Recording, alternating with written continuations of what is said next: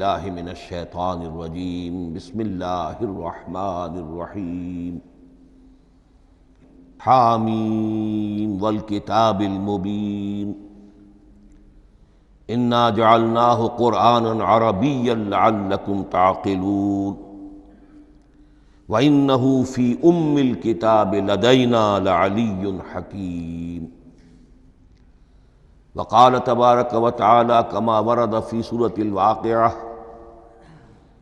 فلا اقسم بمواقع النجوم وإنه لقسم لو تعلمون عظيم إنه لقرآن كريم في كتاب مكنون لا يمسه إلا المطهرون تنزيل من رب العالمين وقال عز وجل كما ورد في آخر سورة الفجر بل هو قرآن مجيد في لوح محفوظ صدق الله العظيم رب اشرح لي صدري ويسر لي امري واحلل عقدة من لساني يفقهوا قولي اللهم ربنا الہمنا رشدنا واعذنا من شرور انفسنا اللهم ارنا الحق حقا وارزقنا اتباعه وارنا الباطل باطلا وارزقنا اجتنابه اللهم ارحمنا بالقرآن العظيم واجعله لنا اماما ونورا وهدى ورحمة اللهم ذکرنا منه ما نسینا وعلمنا منه ما جہلنا وارزقنا تلاوته آناء اللیل وآناء النہار واجعله لنا حجة یا رب العالمین آمین۔ تعارف قرآن کے ضمن میں سب سے پہلی بات جو سمجھنے کی ہے وہ یہ کہ قرآن مجید کے بارے میں ہمارا اجمالی عقیدہ کیا ہے۔ یہ تین جملوں پر مشتمل ہو سکتا ہے۔ ہمارے نزدیک قرآن اللہ کا کلام ہے جو محمد الرسول اللہ صلی اللہ علیہ وسلم پر نازل ہوا، اور تیسرے یہ کہ یہ مکمل محفوظ شکل میں موجود ہے بنوعاً، اس میں نہ کوئی تحریف ہوئی ہے نہ کوئی تبدیلی ہوئی ہے۔ یہ کم سے کم تین اجزاء ہیں ہمارے عقیدے کے قرآن مجید کے بارے میں۔ لیکن اب اس کی کچھ علمی توضیحات۔ سب سے پہلے یہ کہ کلام ہونا، اس کا اللہ کا کلام ہونا، اس لیے کہ آپ کے علم میں ہے کہ تورات جو حضرت موسیٰ علیہ السلام کو دی گئی تھی وہ لکھی ہوئی شکل میں پتھر کی تختیوں پر لکھی ہوئی صورت میں دی گئی تھی، اور قرآن مجید کی تنزیل جو محمد رسول اللہ صلی اللہ علیہ وسلم پر ہوئی ہے وہ ایک مختلف صورت میں ہوئی ہے۔ اس کو قرآن مجید خود اللہ کا کلام قرار دیتا ہے۔ چنانچہ سورہ توبہ کی آیت ہے، آیت نمبر 6، وَإِنْ أَحَدٌ مِّنَ الْمُشْرِكِينَ اسْتَجَارَكَ فَأَجِرْهُ حَتَّى يَسْمَعَ كَلَامَ اللَّهِ ثُمَّ أَبْلِغْهُ مَأْمَنَهُ۔ جب ہجرت کے 9ویں سال آخری وارننگ دی گئی تھی مشرکین عرب کو کہ اب صرف تمہیں چند مہینے کی مہلت دی جا رہی ہے، اس دوران میں آخری فیصلہ کر لو اسلام قبول کرنا ہے یا نہیں، اس لیے کہ اس کے بعد مشرکین عرب کے لیے کوئی رعایت نہیں ہوگی۔ جو لوگ اسلام قبول نہیں کریں گے انہیں تہہ تیغ کر دیا جائے گا۔ فَإِذَا انْسَلَخَ الْأَشْهُرُ الْحُرُمُ فَاقْتُلُوا الْمُشْرِكِينَ حَيْثُ وَجَدتُّمُوهُمْ۔ جب یہ مہلت ختم ہو جائے تو ان مشرکین کا قتل عام کرو۔ اس کی وضاحت پھر جب سورہ توبہ ہم پڑھیں گے تو اس وقت ہوگی، اس وقت یقیناً ذہن میں کچھ اشکالات آئیں گے، لیکن اس وقت اس ضمن میں تفصیلی بحث کا موقع نہیں۔ اب اس میں ایک استثناء رکھا گیا کہ ایک مشرک ہے، وہ چاہتا ہے کہ اتنا بڑا چیلنج جو ہمیں دے دیا گیا تو ہمیں موقع دیا جائے کہ ہم آئیں، آپ کے پاس بیٹھیں، کچھ دن رہیں، اللہ کا کلام سنیں، آپ کیا بات منوانا چاہتے ہیں، اس کے لیے کیا دلائل ہیں، اس کو اچھی طرح سمجھیں، اس کا ہمیں موقع ہونا چاہیے۔ اس کے لیے یہ آیت نازل ہوئی کہ وَإِنْ أَحَدٌ مِّنَ الْمُشْرِكِينَ اسْتَجَارَكَ، اے نبی اگر ان مشرکین میں سے کوئی شخص آپ سے پناہ طلب کرے، فَأَجِرْهُ، اسے پناہ دیجئے، حتی یسمع کلام اللہ، یہاں تک کہ وہ اللہ کا کلام سن لے۔ ثم ابلغہ مأمنا، پھر یہ بھی نہیں کہ اسی وقت اسے کہا جائے کہ تم مانتے ہو یا نہیں مانتے، نہیں، پھر اسے اس کے امن کے مقام پر پہنچا دو۔ یہ جو آیت ہے اس میں لفظ کلیئر آ گیا کہ قرآن مجید اللہ کا کلام ہے۔ لیکن اب اسی تل کے اوٹ میں پہاڑ والا مسئلہ ہے، ٹپ آف آئس برگ، اس کے نیچے وہ کتنا بڑا تودہ ہوتا ہے۔ کلام جو ہے اللہ تعالیٰ کی صفت ہے، اور یہ بڑا مسئلہ گہرا ہے، اور علم کلام کا ایک بڑا پیچیدہ مسئلہ ہے کہ ذات باری تعالیٰ اور اس کی صفات کے مابین کیا ربط و تعلق ہے۔ آیا صفات ذات کا جز ہیں، جزو لا ینفک ہیں، حصہ ہے، یا کچھ زائد بر ذات، جس کو علامہ اقبال نے ایک جگہ کہا ہے صفات ذات حق، حق سے جدا یا عین ذات۔ یہ ہمارے علم کلام کا ایک بڑا پیچیدہ مسئلہ ہے، لیکن یہ کہ اس میں متکلمین کا جو تقریباً اجماعی فیصلہ ہے وہ دو لفظوں میں آتا، لا عین ولا غیر۔ اللہ کی صفات نہ تو اس کی ذات کا عین ہے نہ اس کی ذات سے غیر ہے۔ بہت پیچیدہ شکل ہے، اور یہ بھی اس وقت کا میرا موضوع نہیں ہے، میں صرف کسی اور موضوع کے لیے صرف حوالے دے رہا ہوں۔ بہرحال قرآن مجید کا جو تعلق ہے ذات باری تعالیٰ کے ساتھ، وہ اس مسئلے سے بخوبی واضح ہو جاتا ہے کہ چونکہ یہ اللہ تعالیٰ کی صفت ہے، اور صفت کو ہم یہ نہیں کہہ سکتے کہ وہ ذات باری تعالیٰ سے جدا ہے، یہ بھی نہیں کہہ سکتے کہ اس کی ذات کا جزو لا ینفک ہے۔ کچھ اسی طرح کا تعلق ہے قرآن مجید کا ذات باری تعالیٰ کے ساتھ، لیکن یہ مسئلہ قرآن مجید میں خود بیان ہوا،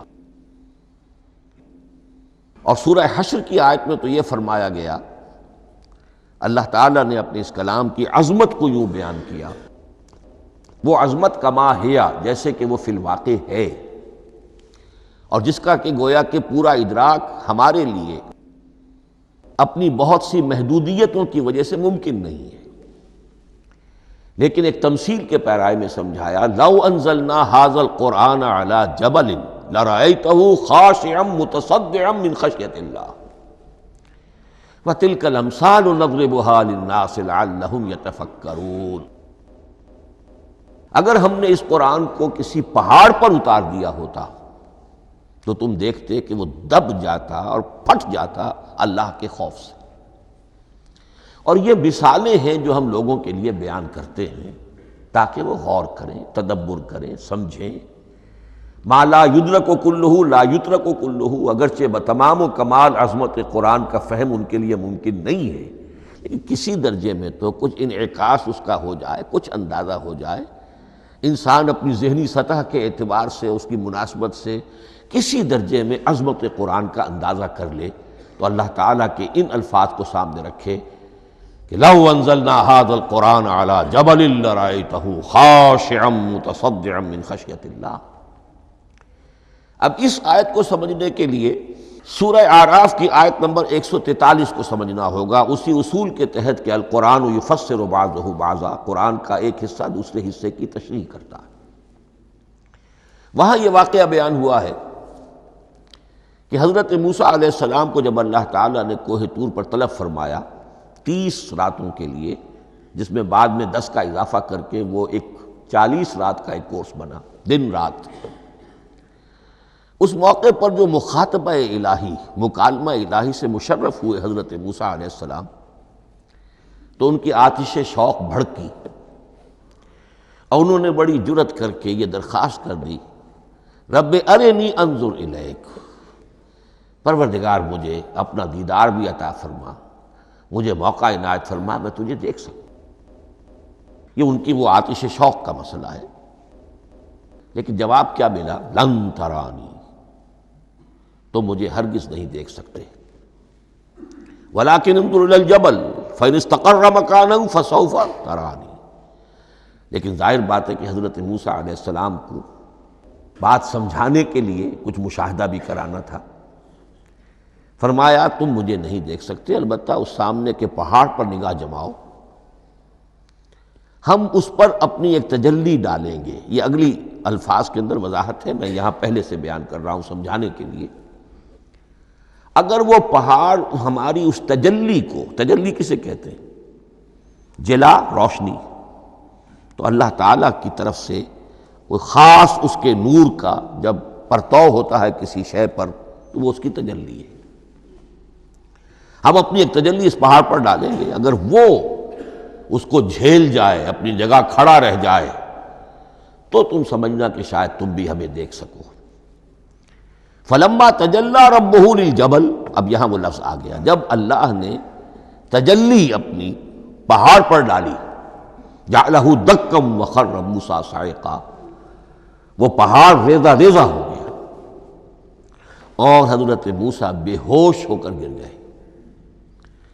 اب یہ بے ہوش ہو کر گر جانا، جبکہ وہ تجلی براہ راست بھی نہیں ہے، بالواسطہ ہے۔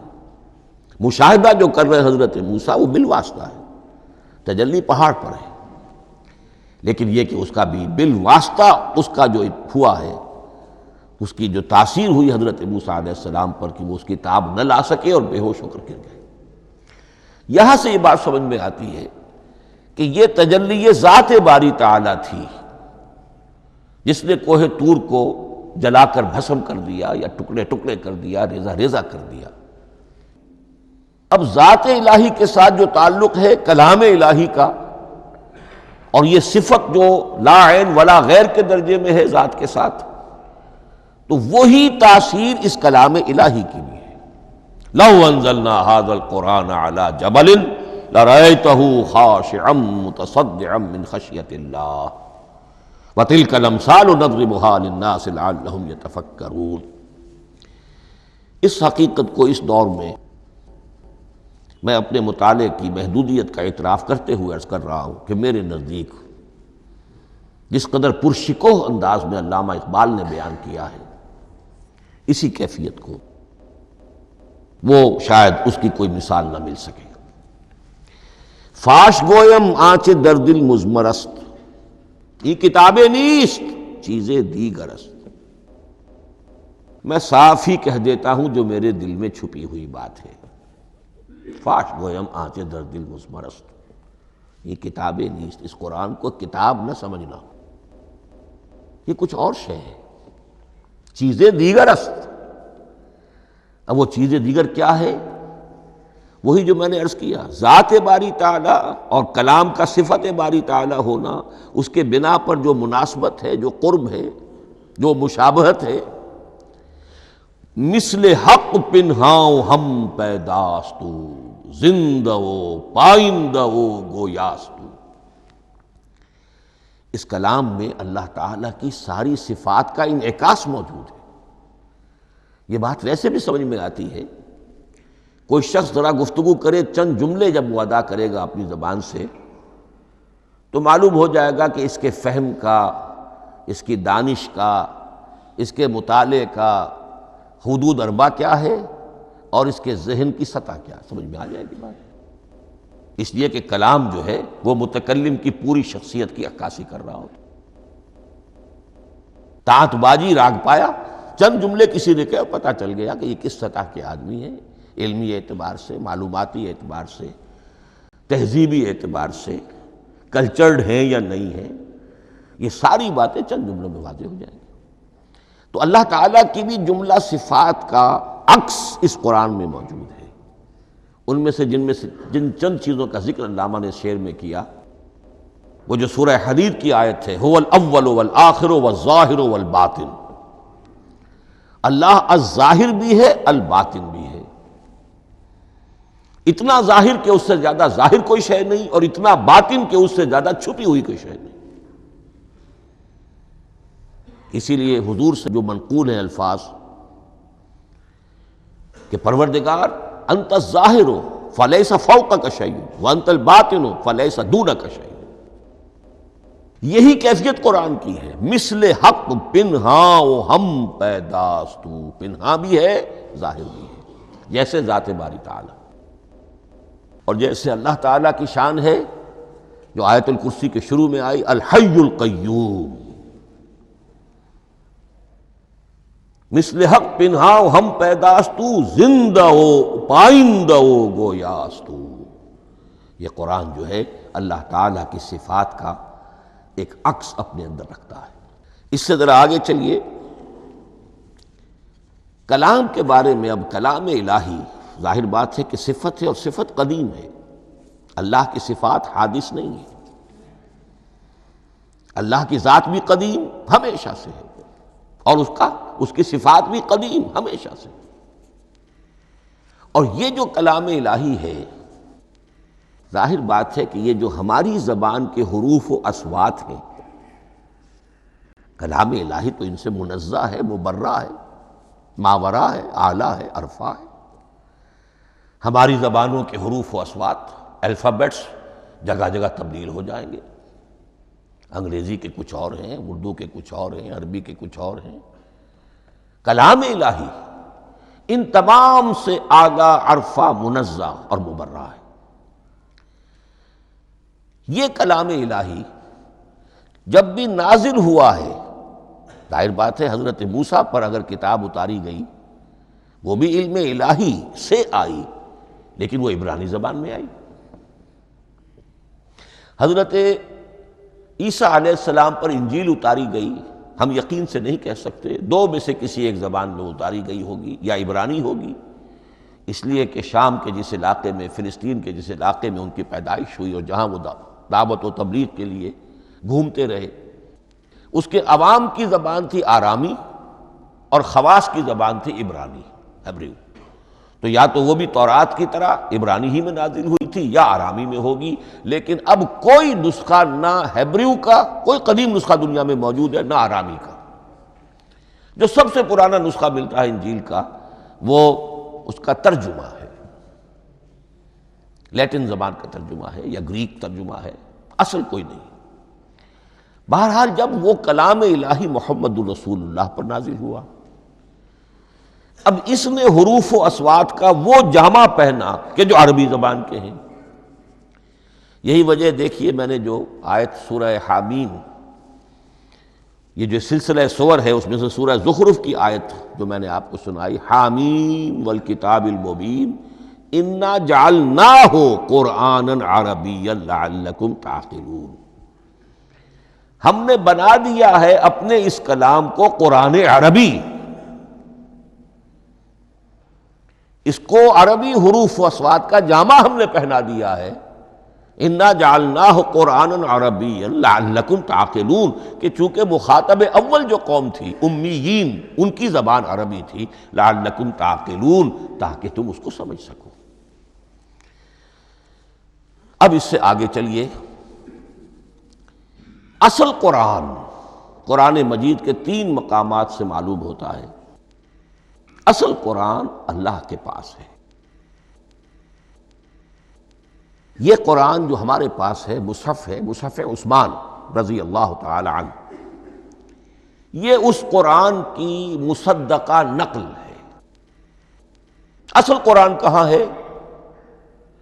ایک جگہ فرمایا بل ہوا قرآن مجید فی لوح محفوظ، لوح محفوظ میں ہے، اصل قرآن وہاں ہے۔ اسی طریقے سے اسی سورہ زخرف کی اگلی آیت کیا ہے؟ ہم نے اسے عربی قرآن بنا کر اتارا، لیکن اصل قرآن کیا ہے؟ وَإِنَّهُ فِي أُمِّ الْكِتَابِ لَدَيْنَا لَعَلِيٌّ حَكِيمٌ، حقیقت میں تو یہ ام الکتاب میں ہے جو ہمارے پاس ہے، اور علی ہے، بہت بلند، حکیم، بڑی حکمت والا، یا محکم، مضبوط۔ حکیم کے دونوں معنی ہیں۔ استحکام بھی اسی ہے کاف اور میم کے مادے سے بنا ہے، کسی شے کا پختہ ہو جانا، مضبوط ہو جانا، اور عقل کی پختگی وہ حکمت ہے، وہ دانائی ہے۔ اس اعتبار سے نوٹ کیجئے، اصل قرآن کہاں ہے؟ لوح محفوظ میں۔ اصل قرآن کہاں ہے؟ ام الکتاب میں۔ اسی کو کہا گیا ہے ایک اور مقام پر، فی صحف مکرمۃ مرفوعۃ مطہرۃ بایدی سفرۃ کرام بررہ۔ یہ قرآن، اصل قرآن تو بڑے صحیفوں میں، ان صحیفوں میں ہے، ان صفحات میں ہے، ان اوراق میں ہے، جس کی شان کیا ہے؟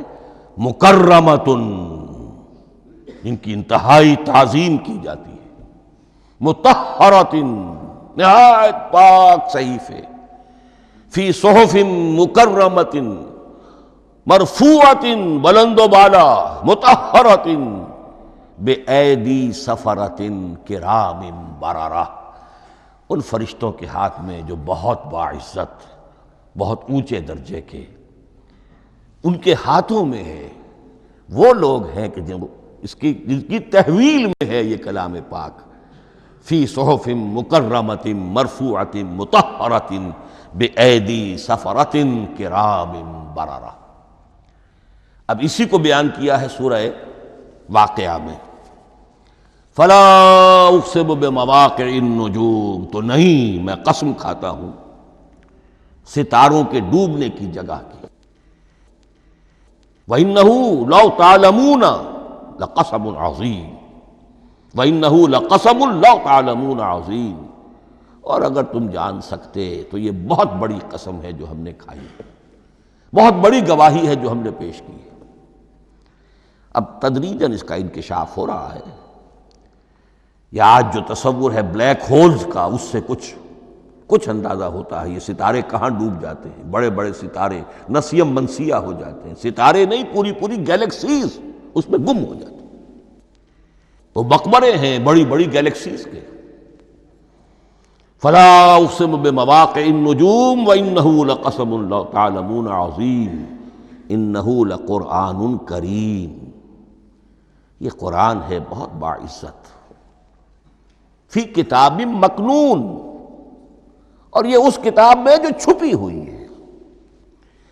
یہ لؤلؤ مکنون کا لفظ آتا ہے قرآن مجید میں، جیسے موتی ہوتے ہیں انہیں چھپا کر رکھا جاتا ہے ڈبیوں میں، مخملی ڈبیوں کے اندر موتیوں کو، اسی طریقے سے فی کتاب مکنون، لا یمسہ الا المطہرون، وہ صحیفے بھی بہت مطہرہ تھے اور ان کو چھو نہیں سکتے مگر وہی جو انتہائی پاک ہیں، ملائکہ مقربین، جن کے قریب سے بھی ہو کر معصیت یا گناہ کا کوئی تصور تک نہیں گزر سکتا، وہ ہیں جو اس کو چھوتے ہیں، ان کے ہاتھوں میں ہے، ان کی تحویل میں ہے۔ یہ ہے وہ چیزیں کہ جس سے اندازہ ہوا کہ اصل قرآن کہاں ہے۔ یہ جو ہمارے پاس ہے در حقیقت یہ نقل مطابق اصل ہے، مصدقہ نقل ہے۔ اب اس میں آپ سے عرض کر دوں کہ ایک بہت خوبصورت بات ہمیں جو ملتی ہے، تورات میں جو استثناء، جو صفر استثناء ہے، ڈیوٹرانومی، اس کے 18ویں باب میں 18ویں اور 19ویں آیات جو ہیں اس میں ذکر موجود ہے، میں ان کے لیے انہی کے بھائیوں میں سے تیری مانند ایک نبی برپا کروں گا۔ اللہ تعالیٰ کلام فرما رہے ہیں یہاں حضرت موسیٰ علیہ السلام سے، آج بھی موجود ہے، اولڈ ٹیسٹمنٹ، ڈیوٹرانومی یا کتاب استثناء، صفر استثناء، اس کا 18واں باب، اس کی 18ویں اور 19ویں آیات، جب چاہیں جا کر دیکھ لیں۔ میں ان کے لیے ان کے بھائیوں ہی میں سے تیری مانند ایک رسول اٹھاؤں گا، میں ان کے لیے انہی کے بھائیوں میں سے تیری مانند ایک نبی برپا کروں گا اور اپنا کلام اس کے منہ میں ڈالوں گا، اور جو کچھ میں اس سے کہوں گا وہی وہ ان سے کہے گا۔ یہ ہے جو پیشین گوئی ہے محمد الرسول اللہ صلی اللہ علیہ وسلم کی۔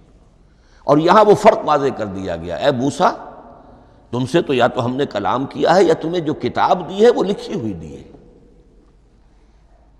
لیکن جو نبی تیری ہی مانند میں برپا کروں گا۔ اب اس میں بھی نوٹ کرنے کی بات ہے کہ حضرت موسیٰ کے مشابہ نبی اکرم صلی اللہ علیہ وسلم کے سوا کوئی نبی نہیں۔ صاحب کتاب وہ بھی تھے، صاحب کتاب محمد بھی ہیں، صاحب امت وہ بھی تھے، اور صاحب امت محمد رسول اللہ، تیری مانند صاحب شریعت۔ حضرت عیسیٰ صاحب شریعت نہیں تھے، شریعت موسوی ہی کو نافذ کرنے کے لیے آئے تھے، ان کی حیثیت دین موسوی کے مجدد کی تھی۔ ویسے نبی تھے، اللہ کے فضل و کرم سے نبی تھے، اس میں کوئی شک نہیں، رسول تھے، لیکن یہ کہ ان کے کام کی نوعیت کیا تھی؟ اس لیے کہ کوئی نئی شریعت لے کر نہیں آئے۔ اب بھی انجیل میں الفاظ موجود ہیں، don't think I have come to destroy law, the Mosaic law جسے یہ کہتے ہیں، شریعت موسوی، وہ تم پر نافذ رہے گی، تم اس کی پابندی کرو گے، چونکہ صاحب شریعت رسول یا موسیٰ یا محمد صلی اللہ علیہ وسلم علیہ الصلوۃ والسلام، تو میں ان کے بھائیوں میں سے، اب بھائی کون ہوں گے؟ ظاہر بات ہے بنی اسرائیل، ان کے کزنز کون ہیں؟ بنی اسماعیل۔ بنی اسرائیلی تو جو بھی نبی ہے وہ انہی میں سے ہے، ان کے بھائیوں میں سے، تو بھائی تو ہوگا، ان کا کزن ہوگا، اب وہ کون ہے؟ بنی اسماعیل۔ تو ان کے بھائیوں میں سے گویا کہ غیر اسرائیلی جو ان کے قریب ترین قرابت دار ہوں گے وہ بنو اسماعیل ہیں۔ تیرے مانند صاحب شریعت نبی میں برپا کروں گا، لیکن اس پر جو میرا کلام اترے گا وہ کس شکل میں اترے گا؟ میں اپنا کلام اس کے منہ میں ڈالوں گا، اور پھر وہ جو کچھ کہے گا وہ وہی کہے گا جو میں نے کہا ہے۔ اب اس کے حوالے سے ایک بہت اہم بات سمجھ لیجئے، اور قرآن مجید کے دو اہم مقامات کی وضاحت اس سے ہو جائے گی۔ یہ کلام اللہ، قرآن مجید میں اس کو قول جبرائیل بھی کہا گیا ہے۔ کلام اللہ حضرت جبرائیل کے ذریعے سے جب ادا ہوا ہے تو قول جبرائیل ہے، اور پھر جب وہ محمد الرسول اللہ کی زبانی ادا ہوا تو قول رسول ہے، قول محمد ہے صلی اللہ علیہ وسلم۔ یہ قول اللہ بھی ہے، قول جبرائیل بھی ہے، اور قول محمد بھی ہے بیک وقت۔ یہ بات دیکھیے سورۃ تکویر، اذا الشمس کورت، انہ لقول رسول کریم ذی قوت عند ذی العرش مکین مطاع ثم امین وما صاحبکم بمجنون۔ یہ یہاں پر حضرت جبرائیل کا ذکر ہو رہا ہے۔ وما ہوا بقول شیطان الرجیم، محمد تک اس قرآن کو لانے والا تو وہ بلند پائے کا فرشتہ ہے، یہ کوئی شیطان رجیم نہیں ہے۔ اس لیے کہ مکے والوں نے کہہ دیا تھا ہو سکتا ہے کوئی بدروح آئی ہو محمد پر، اور اس بدروح نے کوئی الٹی سیدھی بات سکھا دی ہو، نہیں۔ انہ لقول رسول کریم، یہاں رسول کریم کون ہے؟ حضرت جبرائیل۔ انہ لقول رسول کریم ذی قوت عند ذی العرش مکین، بڑی قوت والا اور جس کا بڑا اونچا مقام اور مرتبہ ہے عرش والے کے قریب۔ ذی قوت عند ذی العرش مکین مطاع ثم امین، وہ فرشتوں کے مطاع ہیں، فرشتے ان کی اطاعت کرتے ہیں، فرشتوں کے سردار ہیں، اور پھر ساتھ ہی پورے امین ہیں، جبرائیل امین، یہ ہم لفظ استعمال کرتے ہیں۔ اور اس کے بعد آگے جا کے فرمایا وما ہوا بقول شیطان الرجیم، یہ کسی شیطان رجیم کا قول نہیں ہے۔ اب یہاں اس سورہ تکویر میں قرآن کو قول جبرائیل قرار دیا گیا، لیکن سورۃ الحاقہ میں چلیے اس کے آخر میں آتا ہے انہ لقول رسول کریم وما ہوا بقول شاعر قلیلا ما تؤمنون ولا بقول کاہن قلیلا ما تذکرون تنزیل من رب العالمین۔ یہاں اب رسول کریم سے مراد محمد الرسول اللہ صلی اللہ علیہ وسلم، یہ کسی شاعر کا قول نہیں ہے، کسی کاہن کا قول نہیں ہے، یعنی جس کے زبانی یہ قرآن لوگوں کے سامنے آ رہا ہے۔ جبرائیل کا قول ہو کر تو محمد پر نازل ہوا صلی اللہ علیہ وسلم، لیکن اب لوگوں کے سامنے وہ قول محمد بن کر آ رہا۔ انہ لقول رسول کریم وما ہوا بقول شاعر قلیلا ما تؤمنون ولا بقول کاہن قلیلا ما تذکرون تنزیل من رب العالمین۔ تو قرآن مجید کلام اللہ ہے، پھر وہ قول جبرائیل بنا جب جبرائیل نے آ کر محمد کو سنایا، اور پھر وہ قول محمد بنا جب محمد کی زبان مبارک سے لوگوں نے اسے سنا، اہل عرب نے سنا، اور پھر وہ بات پھیلتی چلی گئی۔ اب آخری بحث اس موضوع پر جو ہے وہ یہ ہے، کلام الہی کی 3 صورتیں ہیں جو قرآن مجید میں سورہ شورى کی آیت نمبر 51 میں بیان ہوئی ہے۔ وَمَا كَانَ لِلْبَشَرٍ أَن يُكَلِّمَهُ اللَّهُ کسی بشر، کسی انسان کی یہ حیثیت نہیں ہے، مقام نہیں ہے کہ اللہ اس سے کلام کرے۔ یہ نہیں کہا کہ اللہ کے لیے ممکن نہیں ہے، نہیں، اللہ کے لیے تو ہر شے ممکن ہے، لیکن کسی بشر کا یہ مقام نہیں ہے کہ اللہ اس سے کلام کرے۔ مخلوق ہے، بشر ہے۔ ما کان لبشر ان یکلمہ اللہ الا اب 3 شکلیں آئیں، الا وحیا او من وراء حجاب او یرسل رسولا فیوحی باذنہ ما یشاء انہ علی حکیم۔ 3 صورتیں ہیں کلام الہی کی۔ یا تو براہ راست اللہ وحی کرتا ہے بغیر کسی فرشتے کی درمیان میں ذریعہ بنائے ہوئے، اسی کا نام الہام ہے، اسی کا نام تحدیث ہے۔ یہ غیر نبی کے ساتھ بھی ہوتا ہے۔ حضور نے فرمایا ہر نبی کی امت میں محدث ہوتے تھے جن سے اللہ کلام کرتا تھا، اور میری امت کا محدث عمر ہے رضی اللہ تعالی عنہ۔ محدث، محدث نہیں، محدث کے معنی ہے علم حدیث کا ماہر۔ امام بخاری محدث ہیں، امام مسلم محدث ہیں۔ محدث تحدیث سے مفعول بنا، جس سے بات کی جاتی ہے، محدث۔ اللہ بات کرتا ہے، اللہ دل میں ڈال دیتا ہے، القاء ہو جاتا ہے، الہام ہو جاتا ہے، کوئی فرشتہ درمیان میں نہیں، براہ راست۔ دوسری شکل کلام کی کیا ہے؟ او من وراء حجاب۔ یہ ہمارے علم کی حد تک صرف حضرت موسیٰ علیہ السلام کی شان ہے، استثنائی شان ہے۔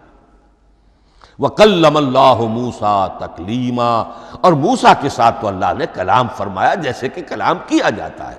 فرق کیا تھا؟ من وراء حجاب، پردہ تھا، دیکھ نہیں سکتے تھے، تبھی تو ان کی وہ آتش شوق بھڑکی تھی۔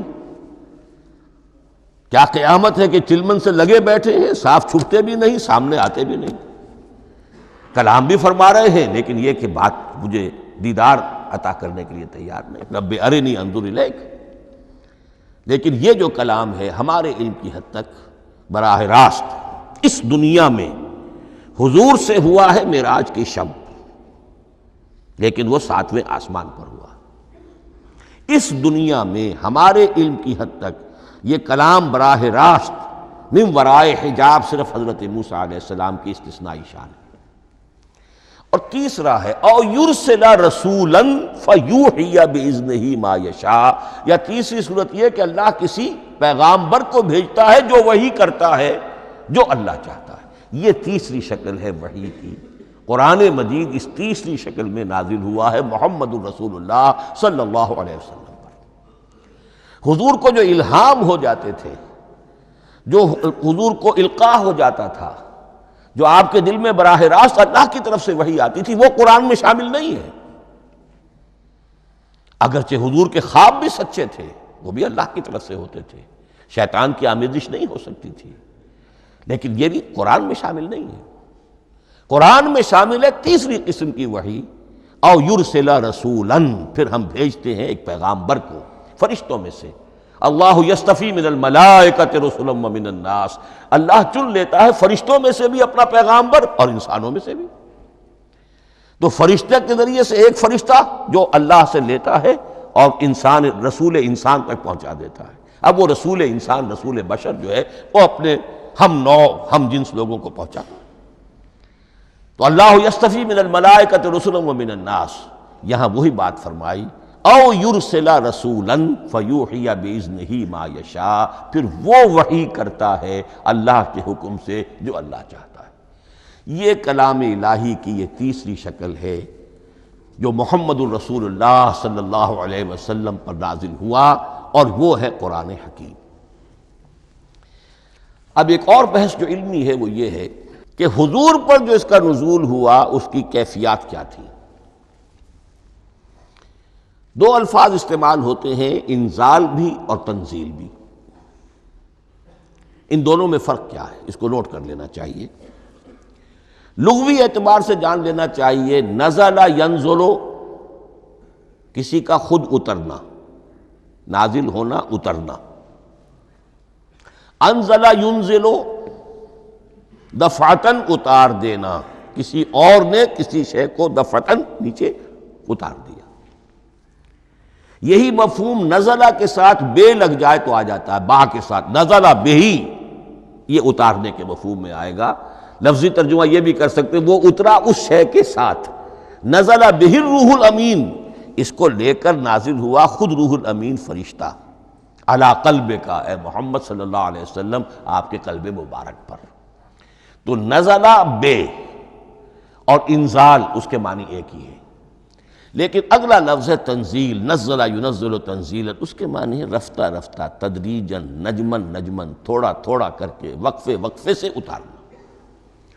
جیسے عربی میں اعلام کہیں گے کسی کو کچھ بتا دینا، باخبر کر دینا، مطلع کر دینا، بھائی مطلع کر دیا میں نے، اب تم جانو تمہارا کام، یہ اعلام کہلائے گا۔ تعلیم کسے کہتے ہیں؟ سکھانا، درجہ بدرجہ، دیکھنا اس کی استعداد کیا ہے، آج یہ کیا بات سمجھ سکتا ہے، میں اتنے ہی درجے تک سمجھاؤں، اب کل میں اسے مزید سمجھاؤں گا، پرسوں مزید سمجھاؤں گا، یہ درجہ بدرجہ کسی شے کو سمجھانا، یہ تعلیم ہے۔ تو انزل ینزل انزالا، یہ ہے اتار دینا دفعتاً، اور نزل ینزل تنزیلا، یہ ہے تدریجاً اتارنا۔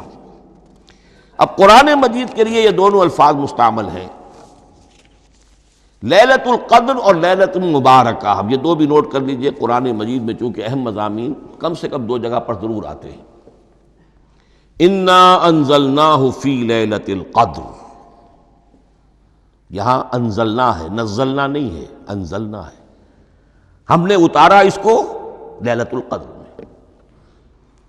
اور باقی صورت تو آپ کو یاد ہوگی، وما ادراک ما لیلۃ القدر، لیلۃ القدر خیر من الف شہر، تنزل الملائکۃ والروح فیہا باذن ربہم من کل امر سلام ہی حتی مطلع الفجر۔ لیکن یہ اہم مضمون قرآن مجید میں دوسری جگہ بھی ہے، سورہ دخان کے شروع میں فرمایا حامیم والکتاب المبین انا انزلناہ فی لیلۃ مبارکۃ انا کنا منذرین فیہا یفرق کل امر حکیم امرا من عندنا انا کنا مرسلین رحمتا من ربک انہ هو السمیع العلیم۔ یہ لیلۃ المبارکہ ہے، ایک ہی ہے، لیلۃ القدر اور لیلۃ مبارکۃ، ان دونوں کے لیے وہی انزلنا کا لفظ آیا۔ لیکن یہ کہ سابقہ کتابوں کے اعتبار سے قرآن مجید کا فرق واضح کیا گیا ہے، مثلا سورہ نساء کی آیت نمبر 136 بہت نمایاں ہے، بہت نمایاں ہے۔ وہاں فرمایا گیا یا ایھا الذین آمنوا آمنوا باللہ ورسولہ والکتاب الذی نزل علی رسولہ والکتاب الذی انزل من قبل، اے ایمان کے دعوے دارو حقیقتاً ایمان لاؤ، ایسے ایمان لاؤ جیسے ایمان لانے کا حق ہے، اللہ پر بھی اور اس کے رسول پر بھی، اور اس کتاب پر بھی جو اللہ نے اپنے رسول پر نازل فرمائی، اور اس کتاب پر بھی جو اللہ نے پہلے نازل فرمائی۔ لیکن نازل کے لیے یہاں آیا حضور کے لیے والکتاب الذی نزل علی رسولہ، تنزیل کی شکل میں، اور تورات کے لیے والکتاب الذی انزل من قبل، وہ تو دفعۃ واحداً لکھی ہوئی تختیوں کی شکل میں حضرت موسیٰ علیہ السلام کو دے دی گئی تھی۔ تو یا ایھا الذین آمنوا آمنوا باللہ ورسولہ والکتاب الذی نزل علی رسولہ والکتاب الذی انزل من قبل، یہ جو تنزیل ہوئی ہے حضور پر، یعنی لیلۃ القدر میں جو رمضان مبارک میں ہے، پورا قرآن لوح محفوظ سے، کتاب مکنون سے، ام الکتاب سے نقل کر کے اتار دیا گیا سمائے دنیا تک، پہلا آسمان جسے ہم کہتے ہیں سمائے دنیا، وہ آسمان جو قریب ترین ہے دنیا کے، وہاں سے اب یہ درجہ بدرجہ تھوڑا تھوڑا، چند آیتیں، چند سورتیں، پھر آیتیں، پھر سورتیں، یہ نازل ہوا محمد الرسول اللہ صلی اللہ علیہ وسلم پر۔ گویا کہ پہلا مرحلہ انزال کا ہے، پورا قرآن لوح محفوظ یا کتاب مکنون یا ام الکتاب سے نقل کر کے اتار دیا گیا سمائے دنیا تک، یہ ہے انزل ینزل انزالا، انا انزلناہ فی لیلۃ القدر انا انزلناہ فی لیلۃ مبارکہ۔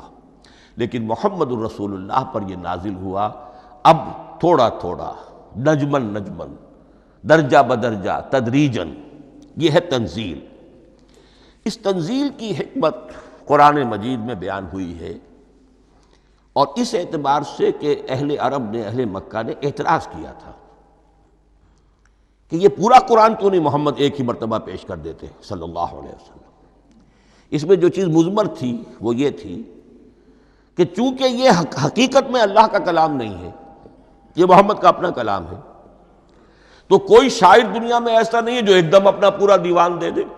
وہ تو ساری عمر میں تھوڑا تھوڑا، آج غزل کہی، کل قصیدہ کہا، پرسوں کچھ اور کہا، پھر وہ جمع ہوتا ہے تو وہ دیوان بنتا ہے۔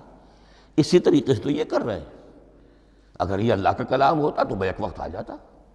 یہ تو ذرا محنت کرتے ہیں، کچھ اس کے اندر اس کو اپنی محنت سے کوشش کر کے کچھ موضوع کرتے ہیں، کلمات، الفاظ، اور اس طریقے سے رفتہ رفتہ لے کر آ رہے ہیں۔ اس لیے ان کا اعتراض نقل ہوا ہے یہ وَقَالَ الَّذِينَ كَفَرُوا لَوْلَا نُزِّلَ عَلَيْهِ الْقُرْآنُ جُمْلَةً وَاحِدَةً، انہوں نے کیوں نہیں اترا یہ قرآن پورا کا پورا ایک ہی بار؟ یہ اعتراض تھا۔ اس اعتراض کے جو جوابات دیے گئے ہیں وہ نوٹ کیجئے کہ لوگوں کے حق میں یہ مفید ہے، یہ پورے قرآن کا تحمل ایک وقت میں کر نہیں سکتے۔ یہ پورا قرآن تو ایک ہی مرتبہ اگر پہاڑ پر بھی اتار دیا جاتا تو وہ پھٹ جاتا، دب جاتا۔ وَقُرْآنًا فَرَقْنَاهُ لِتَقْرَأَهُ عَلَى النَّاسِ عَلَى مُكْثٍ وَنَزَّلْنَاهُ تَنزِيلًا، سورہ بنی اسرائیل آیت 106۔ یہ وہ قرآن ہے جس نے ہم نے جس کو ٹکڑے ٹکڑے کر کے، فرق نہ ہو، فرق توڑ دینا، تھوڑا تھوڑا کر کے ہم نے کر دیا، لِتَقْرَأَهُ عَلَى النَّاسِ عَلَى مُكْثٍ، تاکہ آپ اسے پڑھ کر سنائے لوگوں کو وقفے وقفے سے، تاکہ وہ سہار سکیں، سنبھال سکیں، برداشت کر سکیں۔ وَنَزَّلْنَاهُ تَنزِيلًا، اسی وجہ سے ہم نے اسے نازل کیا ہے بطرز تنزیل، بطرز انزال نہیں، بطرز تنزیل۔ وَقُرْآنًا فَرَقْنَاهُ لِتَقْرَأَهُ عَلَى النَّاسِ عَلَى مُكْثٍ وَنَزَّلْنَاهُ تَنزِيلًا۔ ایک حکمت تو ہو گئی عوام کے لیے، ایک حکمت خود رسول کے لیے صلی اللہ علیہ وسلم۔ كَذَلِكَ لِنُثَبِّتَ بِهِ فُؤَادَكَ وَرَتَّلْنَاهُ تَرْتِيلًا۔ اب ذرا نوٹ کیجئے، قلب محمدی کے لیے بھی اس پورے کلام کا ایک دم سہار آسان کام نہیں تھا۔ یہ اس لیے، یہ اسی سورہ الفرقان کی جو آیت کا میں نے ایک حصہ آپ کو سنا دیا تھا، اسی کے اندر اس کا جواب آیا ہے، اسی آیت میں، آیت نمبر 32 ہے یہ سورہ فرقان کی۔ وَقَالَ الَّذِينَ كَفَرُوا لَوْلَا نُزِّلَ عَلَيْهِ الْقُرْآنُ جُمْلَةً وَاحِدَةً، یہ اعتراض ہے۔ جواب کیا ہے؟ كَذَلِكَ لِنُثَبِّتَ بِهِ فُؤَادَكَ، ہم نے یہ اس لیے کیا ہے نبی کہ اس کے ذریعے سے آپ کے دل کو ٹھہراؤ اور جماؤ عطا کرے، یہ ایک دم اس کا اتر جانا۔ اِنَّا سَنُلْقِي عَلَيْكَ قَوْلًا ثَقِيلًا، بڑا بھاری بوجھ ہے، ناقابل برداشت ہے، تاکہ رفتہ رفتہ آپ کا دل، اس کے اندر تقویت بڑھتی چلی جائے، اس کے اندر اور اس کا تحمل جو ہے، اس کی صلاحیت بڑھتی چلی جائے۔ كَذَلِكَ لِنُثَبِّتَ بِهِ فُؤَادَكَ وَرَتَّلْنَاهُ تَرْتِيلًا، اسی لیے ہم نے تھوڑا تھوڑا کر کے نازل کیا ہے۔ وَلَا يَأْتُونَكَ بِمَثَلٍ إِلَّا جِئْنَاكَ بِالْحَقِّ وَأَحْسَنَ تَفْسِيرًا، ساتھ ہی فرمایا کہ یہ لوگ جو بھی اعتراض کریں گے ہم اس کا جواب بھی اور بہترین تعویل بھی آپ کو دے دیں گے۔ اب اگلی بحث یہ ہے، یہ قرآن کب اور کہاں نازل ہوا؟ یہ عام معلوماتی شے ہے، اس میں کوئی پیچیدگی نہیں ہے، لیکن اس کی اہمیت ہے، بہت ضروری ہے، وہ میں انشاءاللہ اگلی بحث میں جبکہ قرآن کے سمجھنے کے جو اصول ہیں ان کو بیان کروں گا تو وضاحت سے بات آئے گی۔ یہ کہ یہ عام معلوماتی ایک ہمارے ذہن میں خاکہ رہنا چاہیے، زمان و مکان کا کیا رشتہ ہے قرآن کے ساتھ۔ قرآن نازل کب ہوا؟ ہمارا چونکہ عام طور پر جو معمول ہے، ہم تو جو کرسچین ایرا ہے اس کے حوالے سے ہمارے ذہن کے اندر سارا حساب کتاب ہے، تو سن 610 عیسوی سے لے کر 632 عیسوی تک شمسی حساب سے 22 سالوں میں قرآن نازل ہوا ہے۔ 571 حضور کی ولادت کا سال ہے، 571 عیسوی۔ 610 میں آپ 39 سال کے ہوئے، لیکن قمری حساب سے 40 کے ہو چکے ہیں۔ 610 میں قرآن کی تنزیل شروع ہوئی اور 632 میں آپ کا انتقال ہوا۔ 22 برس زمانی اعتبار سے نقشہ ذہن میں رکھیے، اور اسے ہم اگر دوسرے حساب سے کہیں گے تو عام الفیل، وہ جو ابرہہ آیا تھا بیت اللہ کو ڈھانے کے لیے، وہ سال عربوں میں بہت مشہور ہو گیا تھا، اور وہی سال حضور کی ولادت کا ہے، تو عام الفیل ہی میں حضور کی ولادت ہوئی، لہذا 40 عام الفیل میں قرآن مجید کا نزول شروع ہوا، اور 11 ہجری تک یہ 23 برس بنتے ہیں قمری حساب سے۔ ایک رائے یہ بھی ہے کہ قرآن کا نزول 20 برس میں ہوا ہے، اور اس میں وضاحت یہ ہے کہ پہلے 3 سال اللہ تعالیٰ نے ایک فرشتے کو، حضرت اسرافیل علیہ السلام کو مامور کیا تھا حضور کی تعلیم پر۔ دنیاوی اعتبار سے حضور نے کوئی تعلیم حاصل نہیں کی، آپ امی تھے، آپ نے دنیاوی اعتبار سے کسی کے سامنے زانو تلمس طے نہیں کیا، کہیں کوئی تعلیم حاصل نہیں کی، کہیں کوئی تحصیل علم نہیں کی، لیکن اللہ تعالیٰ نے علمہ شدید القویٰ، اللہ تعالیٰ نے جو کچھ انہیں سکھایا ہے، جو علم انہیں عطا کیا ہے، تو ایک روایت یہ ہے کہ 3 برس تک، اور اس کے بعد پھر قرآن نازل ہونا شروع ہوا، تو 20 برس تک قرآن نازل ہوا۔ لیکن وہ لوگ بھی مانتے ہیں کہ سورہ علق کی آیتیں نازل ہو چکی تھیں، پھر 3 برس کا وقفہ ہے۔ سورہ علق کی آیتیں کیا ہے؟ جو پہلی وحی ہے، اقرأ بسم ربک الذی خلق، خلق الانسان من علق، اقرأ وربک الاکرم الذی علم بالقلم، علم الانسان ما لم یعلم۔ گویا کہ بسم اللہ ہو رہی ہے محمد الرسول اللہ صلی اللہ علیہ وسلم کی تعلیم کی، اور جن گھرانوں میں یہ رواج ابھی تک چل رہا ہو، بسم اللہ بچوں کی کراتے ہیں، ایک تقریب کی شکل میں منعقد کرتے ہیں، ہمارے ہاں یہ رواج تھا، اب ہم چھوڑ چکے ہیں، کہ جو تقریب بھی حضور کی اور صحابہ کی زندگیوں سے ثابت نہ ہو، ہمیں کوشش کرنی چاہیے کہ ان تقریبات کا سلسلہ منقطع کریں۔ ما انا علیہ واصحابی، ہماری تقریبات جو ہیں وہ بس وہیں تک محدود رہنی چاہیے۔ بہرحال وہ جو ایک چلتی ہے روایت، 4 سال 4 مہینے 4 دن کا بچہ یا بچی ہے تو بسم اللہ یہی آیتیں پڑھی جاتی ہیں، پڑھ تو نہیں سکتا، انگلی رکھ کر پڑھانے والا کوئی عالم دین بیٹھ جاتا ہے سامنے، وہ نہا دھو کر بچہ یا بچی بیٹھی ہوئی ہے، اور اس کو اقرأ بسم ربک الذی خلق، خلق الانسان من علق، اقرأ وربک الاکرم الذی علم بالقلم، علم الانسان ما لم یعلم۔ اب اس میں تو سارا پڑھنے پر زور ہے، حصول علم پر زور ہے، کسی تبلیغ کا حکم ہی نہیں، ابھی رسالت کا کوئی تذکرہ کچھ بھی نہیں، اس میں تو قیامت کا بھی کوئی ذکر نہیں۔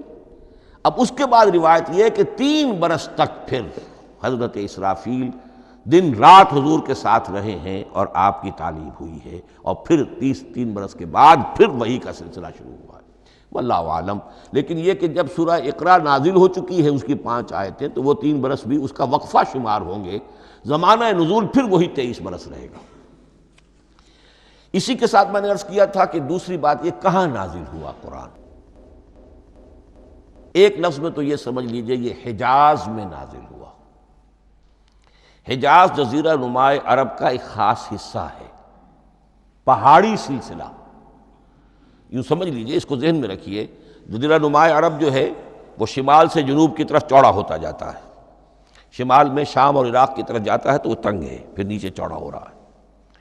اس کا جو مغربی ساحل ہے، جس پر جدہ کی بندرگاہ بھی ہے، ینبو کی بھی ہے، اس کے کہیں وہ ایک میدان شروع ہوتا ہے ساحل سے، کہیں وہ بہت مختصر ہے، کہیں خاصا چوڑا ہے، اس کو کہتے ہیں تہامہ۔ پھر ایک پہاڑی سلسلہ ہے، اس کو کہتے ہیں حجاز۔ یہ پہاڑی سلسلہ جو ہے اس کے بعد جو ہے وہ نجد کہلاتا ہے، وہ سطح مرتفع ہے، پلیشو۔ تو یہ 3 حصے ہیں جزیرہ نمائے عرب کے جغرافیائی اعتبار سے، اور حجاز کہتے بھی ہیں پردے کو، حاجزن، پردہ جو 2 چیزوں کے درمیان حائل ہو جائے۔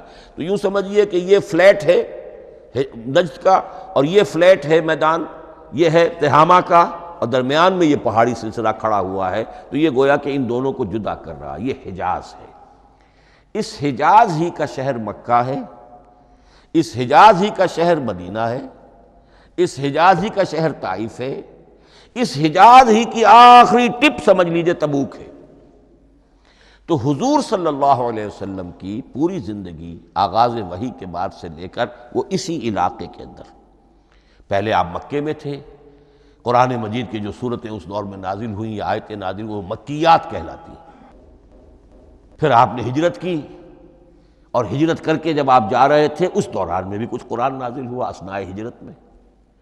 پھر آپ مدینہ تشریف فرما ہوئے، اب وہ ہم کہتے ہیں مدنی قرآن، لیکن مدنی قرآن سارا مدینے میں نازل نہیں ہوا۔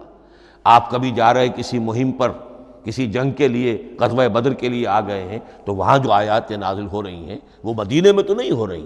براڈ تقسیم تو یہی ہے، مکی مدنی۔ ہجرت سے قبل جو کچھ نازل ہوا وہ مکی، ہجرت کے بعد جو کچھ نازل ہوا وہ مدنی۔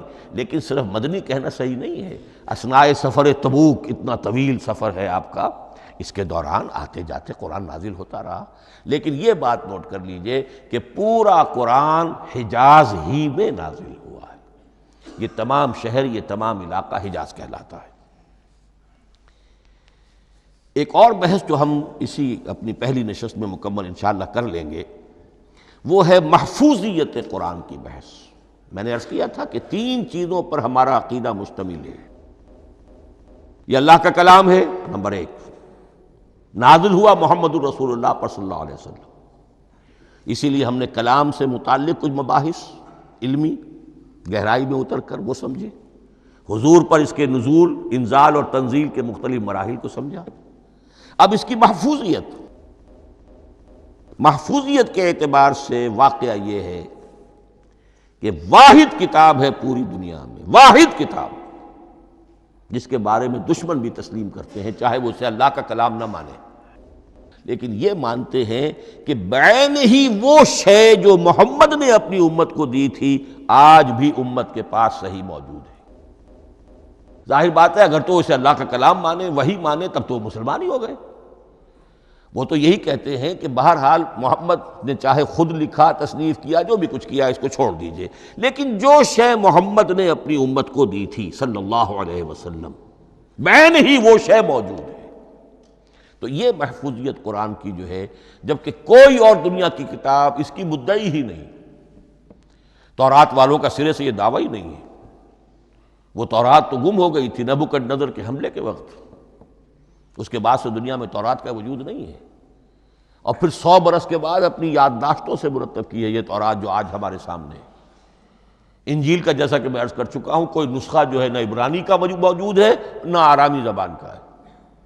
دنیا کی کوئی کتاب نہیں جو دعویٰ کر سکتی ہو۔ یہ قرآن جو شروع ہوتا ہے ذالک الکتاب لا ریب فیہ، یہ دعویٰ دنیا کی کسی اور کتاب نے خود کیا بھی نہیں۔ اس کی بھی جس قدر پرشکوہ الفاظ میں علامہ اقبال نے اس کی ترجمانی کی ہے، انہی کا حصہ ہے۔ حرف اورا ریب نئے، تبدیل نئے، آیش شرمندہ تعویل نئے۔ اس قرآن کے کسی حرف میں کوئی تحریف ہو جانا نہیں، امکان ہی نہیں، قطعی طور پر۔ کسی لفظ کا بدل دیا جانا نہیں، حرف اورا ریب نئے، تبدیل نئے، اس میں کسی کا شک پر مبنی ہونا نہیں، آیش شرمندہ تعویل نئے۔ اس کی آیت کوئی بھی ایسی نہیں جسے تروڑا مروڑا جا سکے، یہ اپنی حفاظت خود کرتی ہے۔ لا یاتیہ الباطل من بین یدیہ ولا من خلفہ، حامیم السجدہ کی آیت نمبر 42۔ اس پر باطل حملہ آور ہو ہی نہیں سکتا۔ انا نحن نزلنا الذکر وانا لہ لحافظون، ہم ہی نے یہ الذکر نازل کیا ہے اور ہم ہی اس کی حفاظت کرنے والے ہیں۔ جہاں تک پہلے ٹکڑے کا تعلق ہے اس آیت مبارکہ کا، اس میں تو تورات بھی آئے گی۔ تورات کس نے نازل کی؟ اللہ نے نازل کی۔ انجیل کس نے نازل کی؟ اللہ نے نازل کی۔ انا انزلنا التوراۃ فیہا ھدی ونور، یہ سورہ مائدہ میں الفاظ ہیں۔ انجیل کے بارے میں بھی ہم نے انجیل عطا کی عیسیٰ کو، فیہ ھدی ونور۔ لیکن یہ کہ انا نحن نزلنا الذکر، اس کو اس قدر تاکید کے ساتھ کہہ کر وَإِنَّا لَهُ لَحَافِظُونَ، اور ہم ہی اس کے محافظ ہیں۔ لیکن اس موضوع پر اہم ترین مقام جو ہے قرآن مجید کا، وہ سورہ قیامہ کی یہ آیات ہے، لا تحرک بہ لسانک لتعجل بہ۔ جب قرآن نازل ہوتا تھا حضور جلدی جلدی زبان کو حرکت دیتے تھے، یاد کر لیں، مبادا کہیں بھول جاؤ، مبادا کوئی لفظ جو ہے تبدیل ہو جائے۔ یہ مشقت جو آپ جھیل رہے تھے، اس سے اللہ نے روک دیا از راہ شفقت اور محبت۔ لا تحرک بہ لسانک لتعجل بہ ان علینا جمعہ وقرآنہ، ہمارے ذمے ہے اس کو جمع کر دینا، آپ کے سینے میں جمع کر دیں گے اس کو۔ اور صرف جمع کرنا نہیں، قرآن ترتیب، قرآن ہوتا ہے پڑھا جاتا ترتیب سے، یعنی ترتیب نزولی، یہ بعد میں ہماری علیحدہ بحث بھی آئے گی کہ ترتیب نزولی اور ہے، ترتیب مصحف اور ہے، یہ ترتیب بھی ہم کروا دیں گے، یہ بھی ہمارے ذمے ہے۔ ان علینا جمعہ وقرآنہ فاذا قرأناہ فاتبع قرآنہ، پھر جب ہم جس ترتیب سے پھر آپ کو پڑھائیں اسی ترتیب کی پیروی کیجیے۔ یہ جو ہے کہ قرآن کا جمع اور تدوین، یہ بھی اللہ تعالیٰ نے اس کی ضمانت لی، اور اس کی ترتیب بھی اللہ تعالیٰ ہی کی ضمانت سے ہے۔ اس اعتبار سے محفوظیت قرآن کے یہ دونوں پہلو ہمارے سامنے رہنے چاہیے۔ بارک اللہ لی ولکم فی القرآن العظیم ونفعنی وإیاکم بالآیات والذکر الحکیم۔